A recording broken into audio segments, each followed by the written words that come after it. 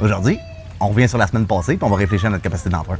En gros, là, c'est pas parce que la banque veut te prêter à 44 d'amortissement total de la dette que c'est nécessairement une bonne idée. Pour résumer, là, 44 de ton revenu brut là, peut être consacré à ton paiement hypothécaire, tes taxes scolaires municipales, 50 des frais de condo, le chauffage, puis l'ensemble de tes dettes.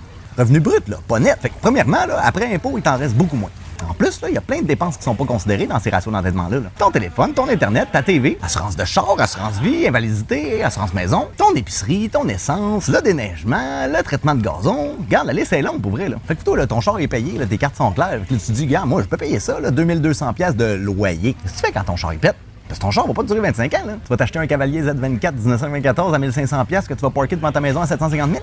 Fait que parce que si t'étais à 44 d'amortissement total de la dette, là, ben il te reste plus full de place pour un paiement de char à 850$ par mois. Là. Si ça se trouve à 44 là, t'additionnes toutes tes dépenses, là, pis t'es même pas sûr si tu peux te permettre de mettre du sel sur tes pâtes pas de sauce que tu manges matin, midi, soir. OK, j'exagère, là, mais 44 là, c'est serré. Calcule tes dépenses comme du monde, pour vrai, si tu veux aller aussi haut. Regarde, c'est bien beau avoir une propriété, là, mais si tu veux voir les paniers une fois de temps en temps, là, aller souper au restaurant puis te gâter un petit peu, là, ben, tu devrais viser un petit peu plus bas. Les seules fois où je suggérerais peut-être d'aller au maximum, là, c'est quelqu'un en début de carrière ou quelqu'un qui sait qu'il va avoir des augmentations substantielles à chaque année. Là. Comme ça, c'est un sacrifice temporaire.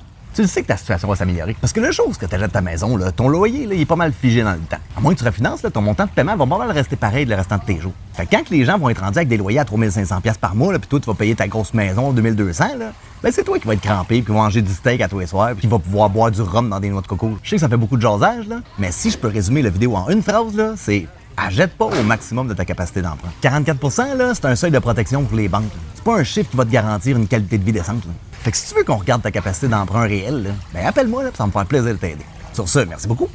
On se voit la semaine prochaine, puis moi je vais aller continuer à boire du rhum dans des mois de coco.